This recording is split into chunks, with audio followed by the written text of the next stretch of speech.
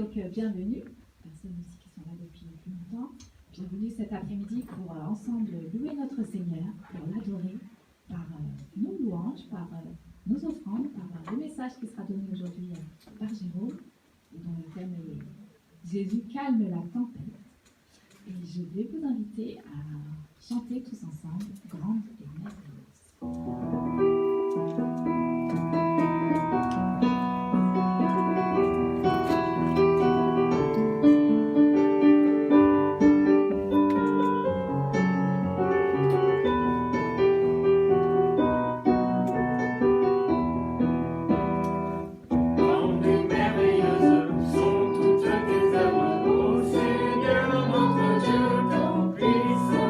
Juste et véritable dans toute ta volonté.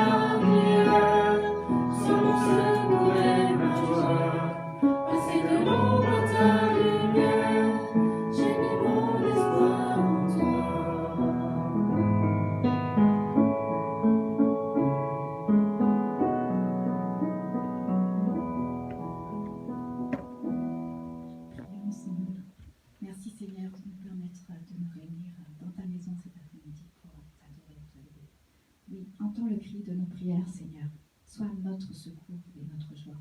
Nous sommes passés de l'ombre à ta lumière et nous avons mis notre espoir en toi, Seigneur. Merci d'être toujours là à nos côtés et de veiller sur nous à chaque moment, à chaque seconde de notre vie. Et nous savons que tu as un plan pour nous, un plan de joie et de paix. Merci, Seigneur. Amen. Amen. Je vous invite à lire ensemble dans le psaume 121. Lisons ensemble. Je lève les yeux vers l'Éternel. D'où me viendra le secours? Le secours me vient de l'Éternel, qui a fait les cieux et la terre. Il ne leur permettra pas que ton pied chiffonne. Celui qui te garde ne sommeillera pas.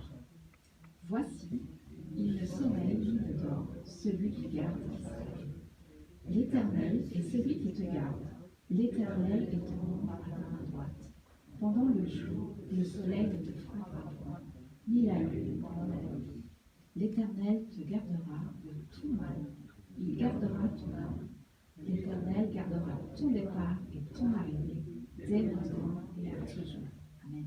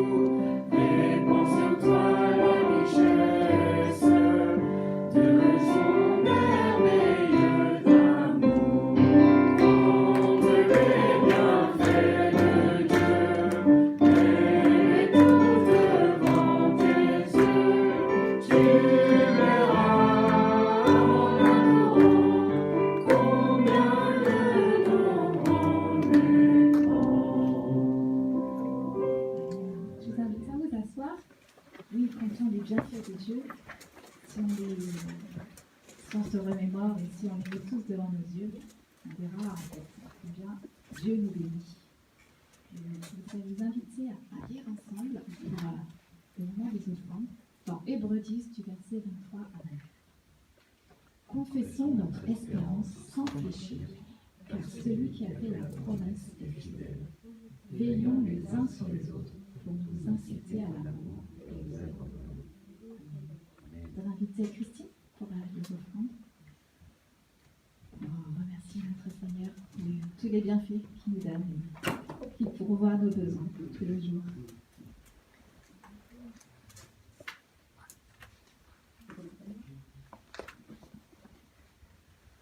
Nous prions.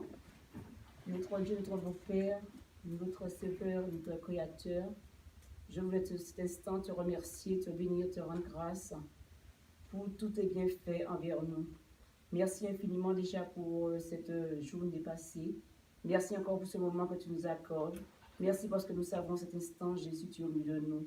Et c'est pour cela que je veux porter devant toi cette offrande, en te demandant toi-même, dans ton amour, de ta grâce, de les bénir, de bénir chacun de nous qui allons donner et permet que cette offrande soit pour la gloire de ton Saint-Nom. Béni sois-tu, loué sois-tu, au nom de Jésus. Amen.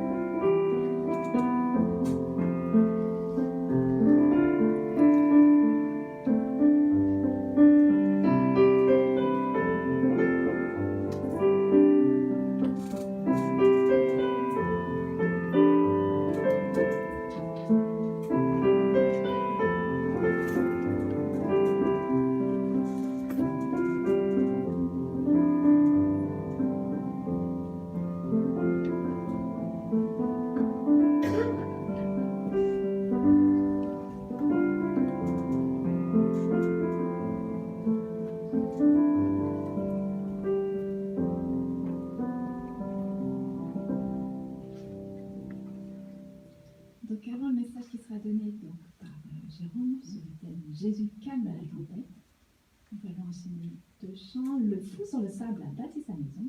Attention, la tempête arrivera. On va voir ce qui va arriver ensuite. Et le chant Arrête-moi.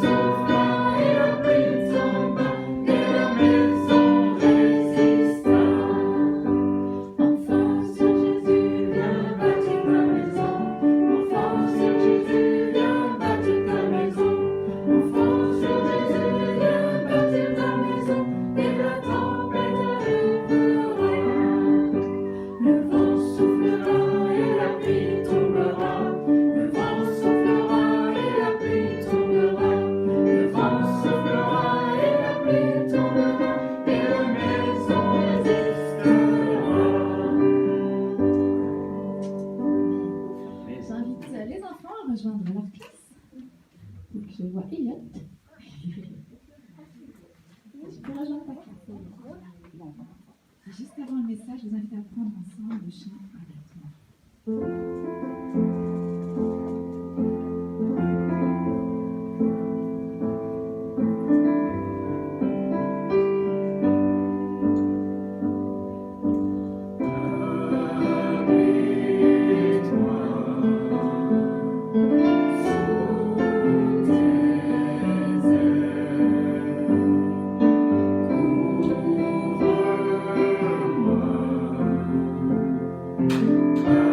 Porte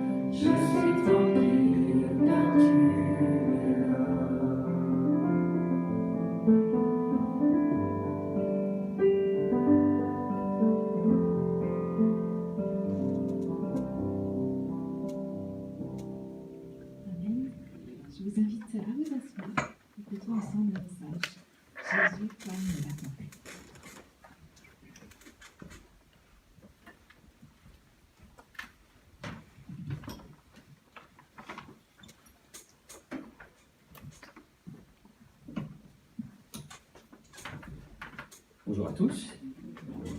Alors avant de donner le message, la semaine dernière on a entendu les témoignages d'Emma et de Lydie, donc du groupe de maison de Priscille, pour nous encourager, et pour nous encourager à aller au groupe de maison, mais aussi pour nous encourager dans nos vies de chrétiens. Et aujourd'hui en fait j'aimerais faire témoigner Nina, si tu veux bien. Nina qui vient avec nous au groupe du mardi, et qui souhaitait aussi apporter son témoignage sur ce que le Seigneur fait pour elle dans la vie.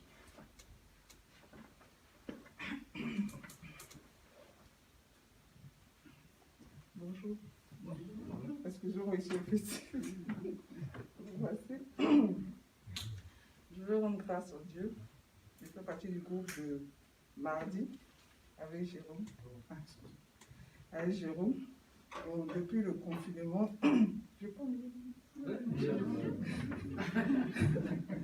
depuis le confinement, j'ai perdu mon travail à cause du confinement. Et depuis lors, je priais et je donnais aussi le sujet de prière. Et ça fait bientôt 1 an, 3 mois que j'ai demandé la carte des résidents. On m'a dit c'est vrai que ça prend 1 année, mais ça faisait déjà 1 an, 3 mois. Donc j'ai donné le sujet mardi, quand on était à la réunion, et je crois que c'était 2 semaines. Et on a prié. Et le jeudi, je suis passée devant la préfecture. Et puis comme ça, je dis, bon, je vais me renseigner. Puis ça fait quand même longtemps, je n'ai pas de courrier, il n'y a rien. Donc, j'entre, je demande au gardien, il me dit, donnez-moi votre carte de votre récépissé. Je lui donne le récépissé. Il a pris 3 récépissés, je crois. Il est parti, il a donné pour la première, il dit, non, votre carte n'est pas prête. Il a donné pour la deuxième, il dit, ah, il faut prendre un rendez-vous parce que pour vous, ça a trop duré. Donc, moi, j'étais là, je dis, Seigneur, si je dois attendre encore longtemps, bon. Il vient vers moi, il me dit, madame, votre carte est prête? Je dis, ah bon? Il dit, oui, c'est prêt, mais vous devez venir le 16 pour récupérer avec telle somme. Il dit, ah bon, mais on ne m'a pas mené de message, rien. Il dit, madame, je vous ai dit que votre carte est prête, venez. Donc, j'appelle une amie qui a eu sa carte. Elle m'a dit, avant d'avoir la carte, on t'appelle à la mairie, des trucs comme ça. Mais moi, rien. Donc, je me posais des questions. Je dis, ah, bon, peut-être vous me donner une autre carte, je ne sais pas, mais bon. Et je vais le 16, j'arrive sur la liste. Le monsieur me demande votre message. Je dis non, je n'ai pas reçu de message. Il dit, et puis vous venez? Il dit non, vous m'avez dit de venir. Il dit non, il ne se souvient pas. Il dit bon. Mais regardez sur votre liste. Il dit non, madame, si vous n'avez pas de message, il dit mais regardez sur la liste. Il regarde, il dit mais votre nom est dessus, entrez. J'entre, arrivé encore dedans, parce qu'il y a un protocole, on passe un peu à cause de la situation. Et la dame me demande votre message. Il dit non, je n'ai pas de message. Et qui vous a laissé entrer? Il dit, ah, je n'ai pas de message, mais regardez sur la liste. Elle regarde, elle dit, ah, votre nom est dessus. J'arrive jusqu'à la porte, là-bas, on me donne ma carte. J'étais tellement... Parce que quand la dame m'a donné la carte, elle m'a dit, lisez, pour voir s'il n'y a pas de faute.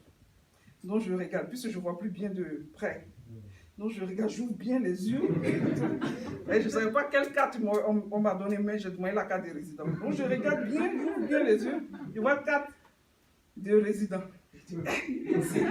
Merci. Donc c'était le témoignage. Et puis bon, ça fait quand même, avant le mardi que j'ai donné le sujet de prière pour le travail, ça faisait quand même 2 semaines que mon ancienne patronne m'a appelé pour me dire qu'ils auront besoin de moi.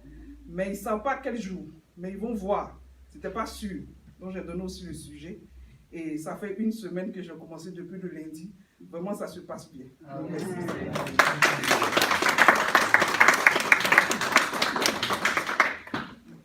Merci Nina, c'est vraiment un super témoignage pour vous encourager tous à venir dans les groupes de maison.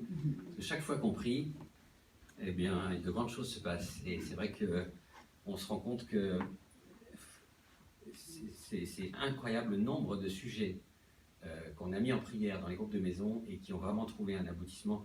Je pense à Yasmina, comme je te vois là.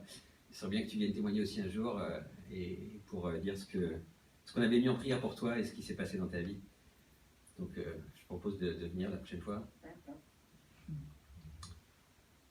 Alors, donc j'espère que vous allez tous bien, que vous êtes tous en bonne santé et que vous restez inébranlables face aux circonstances de la vie.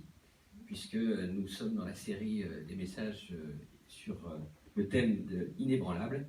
Cet après-midi, je souhaite donc partager avec vous une histoire puissante de la vie de Jésus-Christ. C'est une histoire de Dieu que Dieu a utilisée plusieurs fois dans ma vie pour m'aider à traverser des circonstances éprouvantes, et en particulier en ce moment où nous traversons une période si spéciale.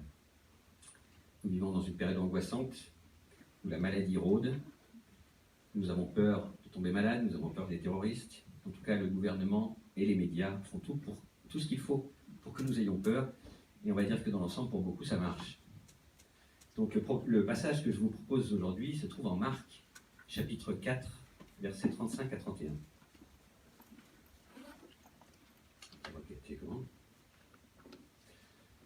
Lisons ensemble. Ce jour-là, le soir venu, Jésus leur dit « Passons sur l'autre rive ». Après avoir renvoyé la foule, ils l'emmenèrent dans la barque où il se trouvait. Il y avait aussi d'autres barques avec lui. Un vent violent s'éleva, et les vagues se jetaient sur la barque, au point qu'elle se remplissait déjà. Et lui, il dormait à l'arrière sur le coussin. Ils se réveillèrent et lui dirent « Maître, cela ne te fait rien, que nous soyons en train de mourir ?» Il se réveilla, menaça le vent et dit à la mer « Silence, tais-toi !» Le vent tomba et il y eut un grand calme. Puis il leur dit « Pourquoi êtes-vous si craintifs? Comment se fait-il que vous n'ayez pas de foi ?» Ils furent saisis d'une grande frayeur et ils se disaient les uns aux autres « Qui est donc cet homme? Même le vent et la mer lui obéissent. » Donc j'ai intitulé le message de ce dimanche « Jésus calme la tempête ». Alors si on regarde les premiers versets, donc 35 à 37, je vais vous les relire. Ce jour-là, le soir venu, Jésus leur dit « Passons sur l'autre rive ». Après avoir renvoyé la foule, ils l'emmenèrent dans la barque où il se trouvait. Il y avait d'autres barques avec lui. Un vent violent s'éleva et les vagues se jetaient sur la barque au point qu'elle se remplissait déjà. Donc les versets 35 à 37 posent le contexte de cette histoire. Ici, nous trouvons Jésus dans une barque sur la mer de Galilée avec ses disciples. Nous sommes au début du ministère de Jésus. Le Seigneur commence ses prédications en Galilée, tout au nord du pays. Ses disciples viennent d'être appelés et il ne les a pas encore envoyés en mission. Nous dirons donc que les disciples sont dans une phase d'apprentissage. Et notre récit commence sur la rive ouest du lac de Tibériade, ou la mer de Galilée, c'est pareil. Donc c'est un endroit paisible, encore de nos jours. Et Jésus avait enseigné toute la journée. Il avait guéri toute la journée. Et c'est pourquoi Marc précise, ce jour-là, le soir venu, Jésus leur dit « Passons sur l'autre rive ». Comme tous les humains, Jésus a éprouvé de la fatigue. La suite du récit en témoigne. Ce premier verset nous montre son humanité. Jésus aime manger, on l'a vu, il aime boire, et il aime aussi dormir. C'est un homme comme nous. Son désir de se retirer avec ses disciples dans un endroit tranquille n'a donc rien de surprenant. Il veut pouvoir se reposer et certainement, comme un bon formateur, pouvoir débriefer avec ses disciples en fin de journée. Jésus monte donc dans la barque et tous se dirigent vers la rive opposée, la côte est. Cette côte est du lac est beaucoup moins accueillante, beaucoup moins verdoyante et beaucoup plus escarpée. Donc, de ce fait, elle est beaucoup moins fréquentée. Ça paraît l'endroit idéal pour aller y faire une pause. Et le Christ aspire à ce moment-là au calme et au repos. Mais Marc précise ensuite, il y avait d'autres barques avec lui, au verset 36. Donc, question tranquillité, ça semble plutôt compromis.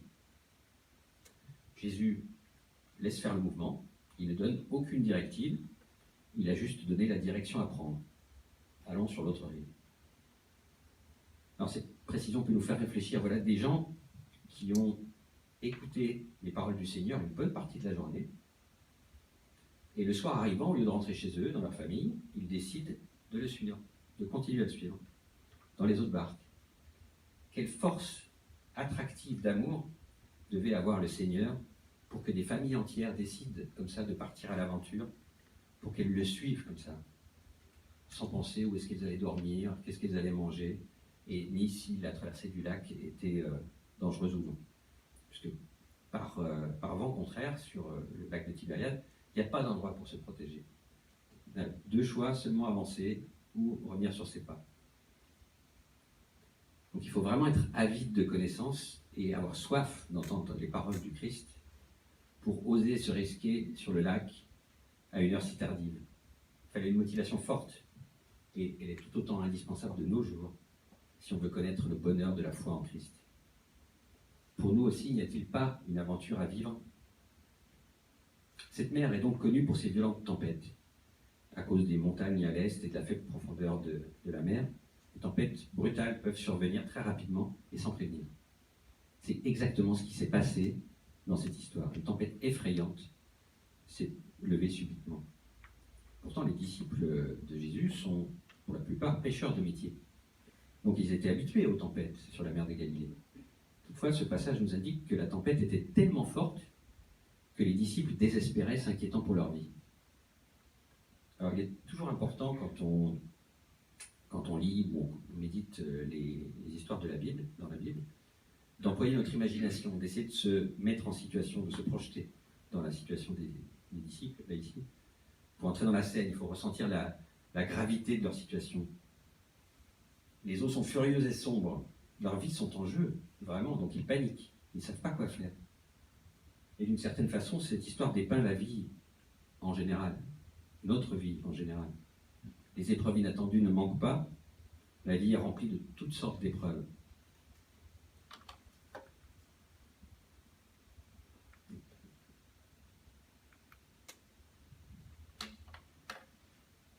Des épreuves relationnelles dans son foyer, au travail, même à l'église. On peut avoir des épreuves physiques, des maladies, des accidents, la fatigue, des épreuves psychologiques, la solitude, la dépression, la crainte, le stress, ou bien évidemment aussi des épreuves financières, comme beaucoup en connaissent en ce moment. J'ai plusieurs amis qui travaillent dans la restauration et qui, depuis le confinement, le couvre-feu, ne savent absolument pas comment ils vont passer les mois qui arrivent, parce qu'ils n'ont pas le droit ils n'ont pas le droit au chômage en tant qu'indépendants, en tant que propriétaires de restaurants. Et donc, parfois, on peut apercevoir l'orage qui arrive au loin à l'horizon. Il est dans l'air, on se prépare, on sait qu'il va y avoir une tempête, mais parfois les tempêtes de la vie nous surprennent sans avertissement, comme pour les disciples dans cette histoire. Et on peut avoir l'impression que Jésus dort et qu'il ne s'occupe pas de nous dans ces moments-là. Et si on passe au verset 38, et lui, il dormait à l'arrière sur le coussin. Ils le réveillèrent et lui dirent: Maître, cela ne te fait rien que nous soyons en train de mourir? Alors si on vient au récit dans son évangile, Luc précise: tandis qu'il naviguait, Jésus s'assoupit. En fait, il faut savoir que ce récit-là, il est repris dans 3 évangiles. Donc il est repris dans l'évangile ici de Marc, mais aussi dans celui de Luc et de Matthieu, en parallèle. Donc je fais le parallèle de temps en temps entre les 3 évangiles. Jésus s'est endormi, donc il est fatigué, il a été bercé par les vagues, par le bruit des rames qui font avancer les barques. Il est couché à la poupe, c'est-à-dire à l'arrière de la barque, et il s'endort, donc il s'en remet à ses disciples. Il sait que ce sont des pêcheurs expérimentés, donc il s'endort. Tout va bien, on avance paisiblement, et soudain, c'est la catastrophe. Elle est traduite différemment par les auteurs des 3 évangiles. Matthieu parle de grand séisme qui arrive dans la mer. Marc, d'après l'original en grec, parle d'un grand tourbillon de vent. Et Luc parle d'une tempête de vent. Et la Bible de Jérusalem traduit par une grande bourrasque de vent. Qu'importe, le résultat est le même. La barque est couverte par les vagues et elle prend l'eau de partout.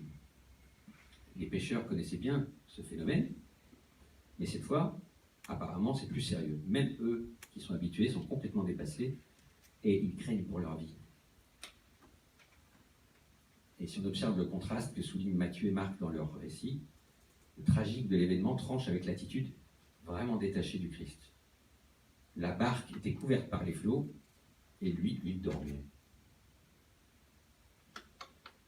On ne sait pas s'il faisait déjà nuit, mais on ne devait pas être très loin de l'obscurité, puisque c'était la fin de la journée, qu'il était bien occupé. Alors une tempête de jour, c'est déjà inquiétant, préoccupant, mais de nuit, c'est carrément l'angoisse. On a tous vu des films catastrophes qui se passent sur la mer, pendant la nuit, pendant la tempête. Je sais pas si vous vous souvenez de Titanic ou des films comme ça. Et on voit rien, on n'entend plus rien, on n'entend que un vacarme assourdissant, le bruit des éléments. Et on ne peut absolument pas deviner ce qui se passe.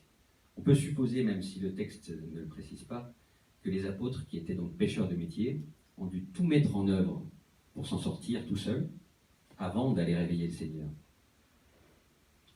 Alors, n'oublions pas qu'ils venaient à peine de faire le choix de tout laisser pour suivre le Seigneur. Vous imaginez leur pensée à ce moment-là. Si ça commence comme ça, on est mal barré. On sent une pointe d'indignation quand même dans le texte. On a l'air de dire, on l'a suivi et c'est comme ça qu'il s'occupe de nous. C'est comme ça qu'il prend soin de nous. Peut-être même qu'ils ont remis en question leur désir de le suivre. Et il est vrai que le contraste est violent.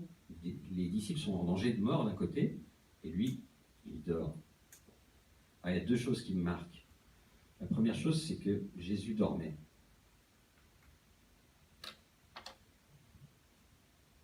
Comment ça? Il y a du vent, il y a des vagues, de la pluie, des éclairs, du tonnerre. La barque se remplit d'eau. Les disciples crient de panique, mais Jésus dort. Est-ce qu'il est si fatigué? Ou est-ce que cette histoire veut nous révéler un aspect profond de sa gloire? Jésus n'est pas comme nous. Les tempêtes de la vie ne le bouleversent pas. Il est fort et calme face aux circonstances, même les plus graves.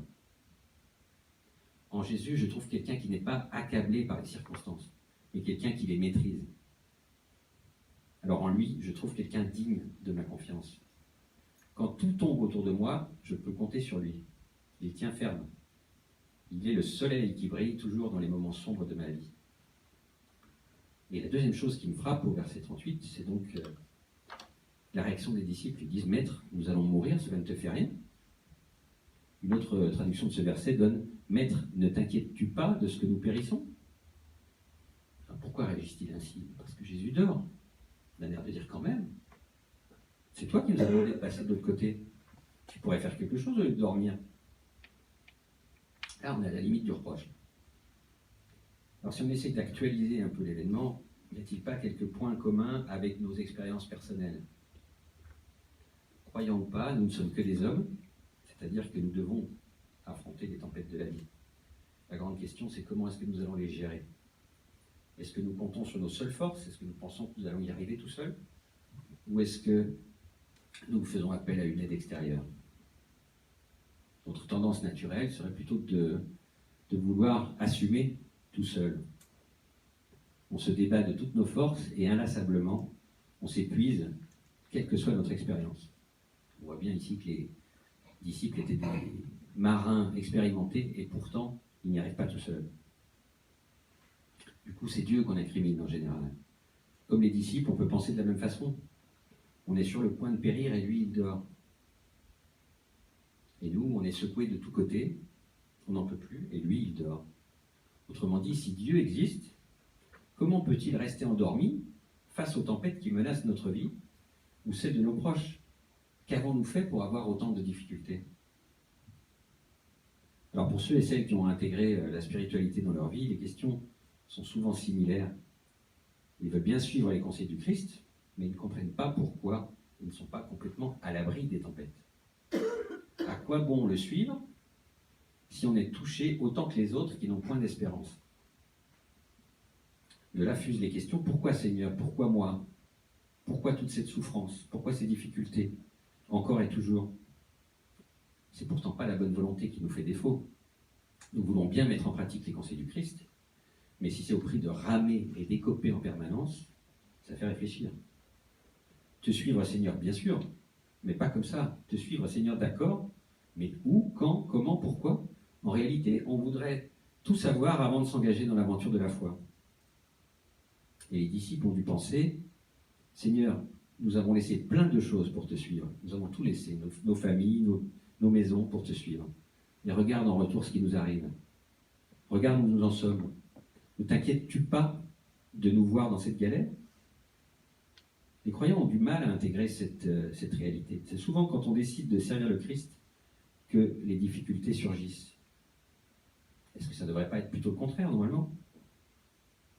Alors ça me frappe parce que c'est souvent notre réaction face aux difficultés. malgré tout ce que Dieu a fait pour nous, le moment où nous passons par des épreuves, nous nous sentons abandonnés. Nous avons des doutes et nous posons des questions. Où es-tu, Seigneur? Ou alors, si tu es bon et tout-puissant, pourquoi tu ne fais rien pour moi? C'était l'attitude aussi qu'avait le prophète Ésaïe, et quand il reprochait aux Israélites en Ésaïe 40, 27 à 28, « Pourquoi dis-tu Jacob, et pourquoi affirmes-tu Israël? Ma situation échappe à l'Éternel, mon droit passe inaperçu de mon Dieu. Ne le sais-tu pas, ne l'as-tu pas appris? C'est le Dieu de l'éternité, l'Éternel, qui a créé les extrémités de la terre. Il ne se fatigue pas, il ne s'épuise pas, son intelligence est impénétrable. » Souvent, notre réaction est comme celle des disciples. Nous avons l'impression que Dieu dort et qu'il ne se soucie pas de nous. En fait, David écrit en psaume 121,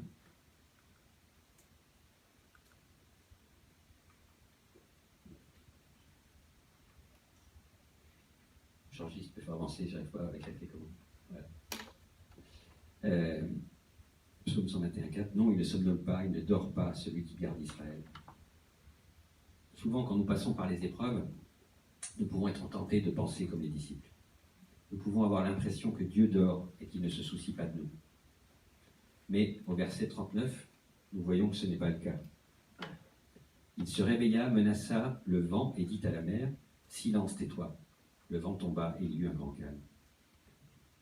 Dans ce verset, Jésus nous montre encore un autre aspect de sa gloire. Au verset 38, sa splendeur est révélée par son calme face à la tempête, mais ici, au verset 39, sa splendeur se manifeste autrement. Cette fois-ci, c'est par son action et par sa puissance incroyable. Encore une fois, si on essaye de se projeter et de ressentir ce que les disciples ont pu ressentir à ce moment-là, imaginons qu'on est avec eux, c'est une violente tempête, vous sentez le vent, vous sentez l'écume des vagues, c'est la panique dans la barque, l'angoisse dans les cœurs. C'est terrifiant et nous sommes convaincus que nous allons mourir. Nous crions avec les autres disciples, « Seigneur, sauve-nous » Alors nous voyons Jésus, il se met debout et avec une voix forte et ferme, il donne un ordre aux eaux et au vent. « Silence, tais-toi » Et tout à coup, la tempête s'apaise et il y a un grand calme. Nous pouvons respirer. Nous sommes sauvés.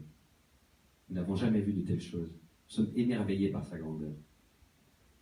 Les disciples sont aguerris pour la plupart, mais ils ont voulu se sortir seuls de cette situation. Ils ont déployé quantité d'efforts afin de trouver une solution par eux-mêmes. On met Dieu entre parenthèses et on veut s'en sortir seul, sans avoir besoin du secours de personne. Et la vie moderne nous pousse à l'individualisme. On veut arriver à tout seul. Lutter seul, vaincre seul, mourir seul. Être seul responsable de ses choix. Combien de fois n'avons-nous pas fait la même expérience que les disciples? Quelque part, nous aussi, tout comme eux, nous avons désiré que Jésus vienne dans notre barque. Et sur son ordre, nous avons quitté la berge. C'est ça la vie de chrétien. Puis les tempêtes de la vie sont arrivées, souvent imprévues, dans le travail, dans la maladie, diverses épreuves, et on s'est débattu tout seul. Parfois même la violence de la tempête a été telle que nous avons oublié que Jésus était dans notre barque. Nous avons agi comme s'il n'était plus là, alors qu'il était là, tout près de nous, qu'il veillait sur nous, qu'il était prêt à intervenir d'une manière ou d'une autre. Et comme les disciples, on oublie que c'est lui qui nous a demandé de passer sur l'autre rive. Cette traversée de vie dans cette humanité est certes notre fête, personne ne peut la vivre à notre place. Seulement spirituellement, il est important de ne pas perdre de vue le Christ. C'est lui qui désire nous conduire au calme de l'autre rive vers l'éternité. Alors, je ne vais pas en parler dans le message d'aujourd'hui, mais sinon ce serait trop long, mais je vous pourrais chercher également de votre côté. Il y avait une symbolique assez forte à cette époque-là dans le Moyen-Orient sur la symbolique de la traversée des cours d'eau, des lacs, des rivières, des fleuves. Et c'était le symbole de la mort, pardon. Donc du passage vers la mort. Donc là, c'est le symbole de Jésus qui nous emmène sur le chemin de la vie. Mais bon, donc soyons réalistes. Sous de fausse bonne raison, nous comptons trop sur lui, non, trop sur nous, pardon, et pas assez sur lui. Comme les apôtres, ce n'est que lorsque nous prenons conscience de notre impuissance et de nos échecs, quand nous n'avons plus d'espoir, quand nous avons épuisé toutes nos ressources, quand nous sommes en grave danger, que nous nous tournons enfin vers Jésus, notre Sauveur, pour espérer trouver une issue heureuse à notre malheur. Nous pensons à Jésus, mais trop souvent au dernier moment de l'épreuve. Est-ce que c'est ça la bonne démarche dans une relation d'amour et de foi? Chers frères et sœurs, cette histoire nous enseigne que Jésus est maître de l'univers. Tout est soumis à son autorité, même les vents et les mers. Il est tout puissant, nous pouvons avoir toute confiance en lui et nous adresser à lui dès le début de la tempête, pas la peine d'attendre de couler. Alors verset 40, il leur dit, pourquoi êtes-vous si craintifs? Comment se fait-il que vous n'ayez pas de foi? Verset 40, Jésus pose deux questions importantes. La première question, à première vue, peut paraître un peu ridicule. Jésus demande aux disciples, pourquoi êtes-vous si craintifs? Pourquoi avez-vous peur? Je pense que les disciples auraient voulu lui répondre, mais Seigneur, enfin, tu vois bien ce qui se passe, la tempête, les vagues, le vent, l'eau qui submerge le bateau, on va mourir, on a peur pour nos vies. Et cependant, en réfléchissant, on voit bien que la question de Jésus est très logique. C'est lui qui a créé les vents, les vagues, et il est dans la barque avec nous, il n'y a rien à craindre. Donc de penser autrement, pour lui, est en fait ce qui est ridicule. C'est Jésus qui tient tout pouvoir et toute autorité, toute connaissance, toute sagesse, toute bonté, tout amour. Donc si Jésus est dans la barque, on n'a rien à craindre. On a tout en lui. Voilà. Les disciples n'avaient certainement pas encore compris à ce moment-là que Jésus était Dieu. Et au verset 40, Jésus a posé une deuxième question aux disciples. Encore une fois, c'est une question assez logique. Jésus leur demande, comment se fait-il que vous n'ayez pas de foi?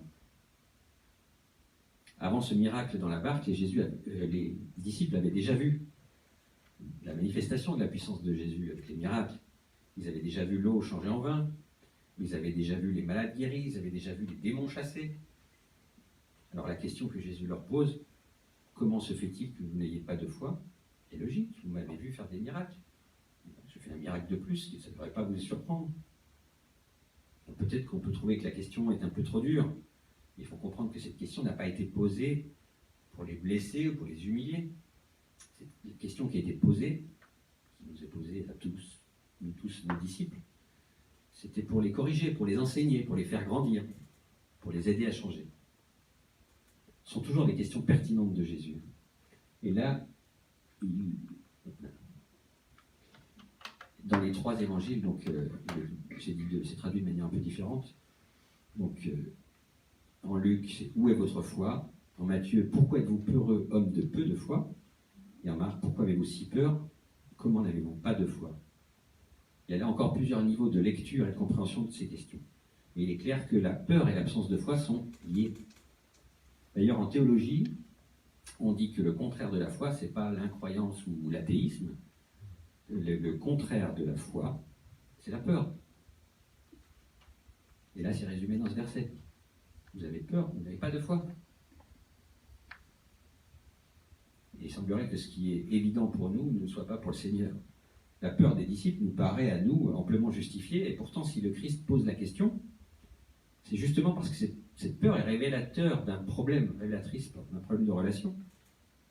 La confiance n'était pas au rendez-vous. Les disciples ne faisaient pas confiance à Jésus pour régler le problème. Le sous-entendu du Seigneur est fort, là. Si vous aviez confiance en moi, vous ne seriez pas dans cet état-là, vous n'auriez pas peur. Le Seigneur veut leur faire comprendre que lorsqu'il donne l'ordre de passer de l'autre côté du lac, en même temps, il se porte garant de la traversée, même si des difficultés inattendues peuvent surgir. Toujours quand Dieu demande quelque chose à l'homme, il lui donne en même temps les moyens de réaliser l'objectif à atteindre. Dieu ne nous demande rien qu'il ne nous fournisse pas déjà. Et l'apôtre Paul déclare dans un passage que vous connaissez bien, en 1 Corinthiens, ici ça vient, voilà, 1 Corinthiens 10, 13, « aucune tentation ne vous est survenue qui n'ait été humaine, et Dieu, qui est fidèle, ne permettra pas que vous soyez tentés au-delà de vos forces. Mais avec la tentation, il préparera aussi le moyen d'en sortir, afin que vous puissiez la supporter. Les apôtres auraient dû comprendre que la présence du Christ parmi eux dans cette barque était une garantie. Encore fallait-il en prendre conscience. Il en est de même pour nous, quand la vie nous entraîne dans des traversées périlleuses. Si nous avons invité le Christ à monter dans notre barque, il faut que nous soyons cohérents. Chose incroyable mais vraie, nous pouvons très bien avoir le Christ dans notre embarcation et faire naufrage si nous agissons comme s'il était absent. Dans une relation, il ne s'agit pas de parler seulement, mais de vivre ce que l'on dit. Notre marche quotidienne doit se vivre dans la confiance avec Christ. Le Seigneur, en leur disant « Pourquoi avez-vous peur ?», les renvoie à la réalité d'une relation fondée sur l'absence de confiance. Implicitement, Jésus veut leur dire simplement que le fait d'être effrayé n'a pas lieu d'être. La preuve est résumée par Luc, qui pose la question autrement. Où est votre foi ? Où est votre foi ? À quoi sert de vouloir suivre le Christ si en toutes circonstances on ne lui fait pas confiance ? Un premier niveau de compréhension des questions du Christ nous amène à saisir que les apôtres pouvaient eux-mêmes faire face à cette situation. Ils pouvaient s'en remettre à Christ et lui demander d'intervenir. D'accord, c'est difficile à intégrer, mais le Christ va par la suite renouveler plusieurs fois cette mise en situation, une mise en situation similaire, pour éprouver leur foi. Et c'est dire qu'il voulait vraiment que les disciples intègrent cette réalité de foi, notamment avec la multiplication des pains par la suite, quand ils se demandaient comment ils allaient manger. Et le premier enseignement dans le type de relation souhaitée par Dieu, par Christ, par le Saint-Esprit, c'est de nous responsabiliser. Donc, premier niveau de lecture, où est votre foi ? Vous aviez les moyens de faire face en mon nom, ou bien vous n'aviez qu'à me demander d'intervenir. Et deuxième niveau de lecture, j'étais là. Ma seule présence aurait dû dissiper vos craintes et vos peurs. Si nous intégrons complètement cette vérité fondamentale dans notre relation à Christ, alors notre vie sera complètement transformée. Nous serons formés en vue d'un témoignage puissant, tout à la gloire de Dieu. Que la traversée soit facile ou difficile, tumultueuse ou paisible, n'aura plus d'importance dans notre relation à Dieu. Elle ne doit pas avoir d'importance dans notre relation à Dieu. Il n'y a pas de vraie relation de confiance avec Jésus si on reste dans le schéma de la peur et de l'inquiétude permanente. Alors voyons maintenant la réaction des disciples au verset 41. Ils furent saisis d'une grande frayeur et ils se disaient les uns aux autres, « Qui est donc cet homme ? Même le vent et la mer lui obéissent. » D'abord, ils s'étaient saisis d'une grande frayeur. Certaines traductions disent d'une grande crainte. Et c'est la crainte, pas dans le sens négatif, mais dans le sens positif, c'est-à-dire d'avoir un grand respect pour lui. On l'a vu il y a quelques semaines dans les questions des groupes de maison, cette notion de crainte dans la Bible, en particulier dans l'Ancien Testament. Quand on parle de la crainte de Dieu, on parle bien évidemment du respect pour la personne de Dieu, du respect pour la puissance de la personne de Dieu. Cette expérience et ce nouveau respect pour Jésus les poussent à se poser une question à leur tour. Qui est donc cet homme ? Pour que même le vent et la mer lui obéissent. Leur question nous montre déjà une croissance spirituelle dans leur vie. Par ce miracle, par cette expérience dans la tempête, les disciples ont pu reconnaître la grandeur et la splendeur de Jésus. Et nous devons toujours nous poser cette même question. Qui est donc cet homme ? Qui est Jésus ? Répondre à cette question doit être même l'objectif d'une vie de chrétien. Nous voulons toujours chercher à connaître mieux qui est Jésus. Alors je ne sais pas quelles sont les épreuves qui touchent votre vie, vos vies en ce moment, mais ce que je sais, c'est que Jésus est présent avec vous dans la barque et que les tempêtes peuvent vous aider à grandir dans votre connaissance de sa grandeur et de sa splendeur. C'est pourquoi la Bible dit « Mes frères, regardez comme un sujet de joie complète les diverses épreuves auxquelles vous pouvez être exposés. » Dans Jacques, chapitre 1. Alors maintenant, j'aimerais relire le passage du jour, mais en modifiant quelques mots pour mettre en lumière ce que certains d'entre nous peuvent vivre aujourd'hui. Ce jour-là, le soir venu, Jésus leur dit, passons sur l'autre rive. Après avoir renvoyé la foule, ils l'emmenèrent dans le métro où il se trouvait. Il y avait aussi d'autres passagers avec lui. Le Covid se propageait et les virus se diffusaient dans le métro, au point qu'il se contaminait déjà. Et lui, il dormait à l'arrière sur le coussin. Il le réveilla à lui dire « Maître, cela ne te fait rien que nous soyons en train de mourir ?» Il se réveilla, menaça le virus et dit au Covid « Silence, tais-toi !» Le virus disparut et il y eut un grand calme. Puis il leur dit « Pourquoi êtes-vous si craintifs? Comment se fait-il que vous ayez si peu de foi ?» Ils furent saisis d'une grande frayeur et ils se disaient les uns aux autres « Qui est donc cet homme ?» Même les virus lui obéissaient. Donc voilà, c'est un passage qu'on peut appliquer au Covid, qu'on peut appliquer au terrorisme, qu'on peut appliquer à tout ce qu'on veut dans les circonstances de nos vies. Mais là, c'est vrai que sur le Covid, je suis déjà très reconnaissant pour le fait que Marie soit sortie de l'hôpital et qu'elle aille beaucoup mieux. Et suite à vos prières à vous tous, elle s'en est bien sortie. Et à sa foi, elle s'en est bien sortie. Et on est vraiment très, très heureux pour ça. Et donc, effectivement, il y a une épidémie, effectivement, il y a des gens qui meurent. Mais nous avons Jésus et donc nous n'avons pas peur. Alors pour conclure, chers frères et sœurs, on ne nous a pas promis une vie sans les tempêtes, mais nous avons cette promesse. Jésus est toujours là dans la barque avec nous, quelle que soit la tempête. Avec Jésus, nous ne sommes jamais seuls. Si j'ai Jésus avec moi dans la barque, je n'ai rien à craindre, car il est Dieu, il n'y a rien qui le dépasse. Jésus est avec vous dans les tempêtes de cette vie. Tu peux avoir toute confiance en lui. Osons une relation avec Jésus, notre Sauveur et notre Seigneur, une relation fondée sur une confiance indéfectible, quelles que soient les circonstances de la vie ou les obstacles à franchir. Souvenons-nous qu'il désire être avec nous dans notre barque pour nous faire grandir, pour nous faire progresser, comme il a fait progresser ses disciples, pour nous faire progresser sans cesse dans la connaissance de nous-mêmes et dans la connaissance de lui-même.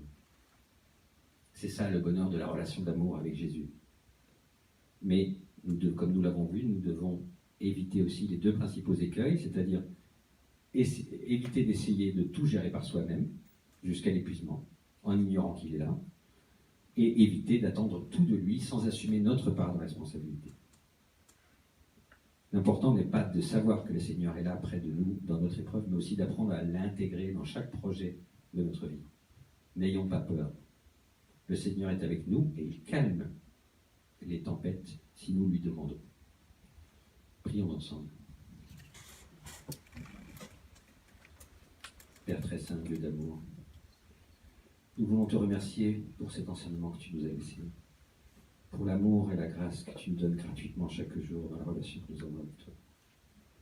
Seigneur, tu nous as demandé de te prendre avec nous dans notre barque et de traverser cette vie ensemble jusqu'à notre vie.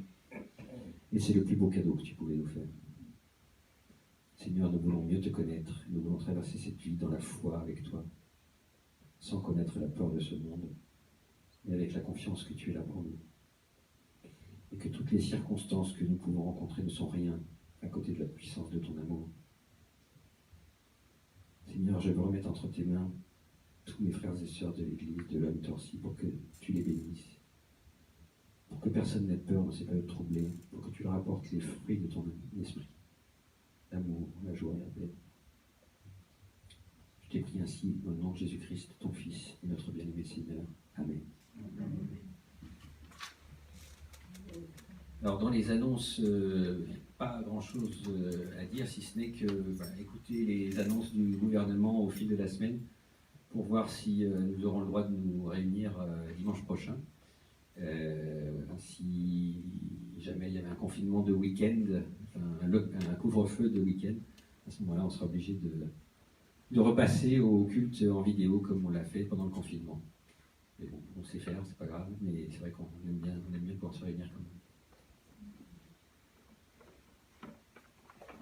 Bon, ben, je vous souhaite à tous une bonne semaine et marchez dans la paix du Christ. Amen.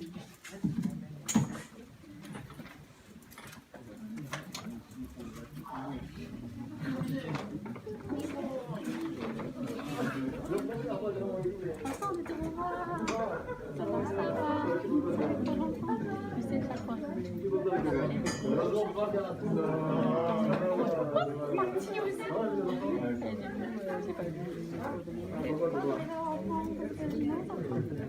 aussi.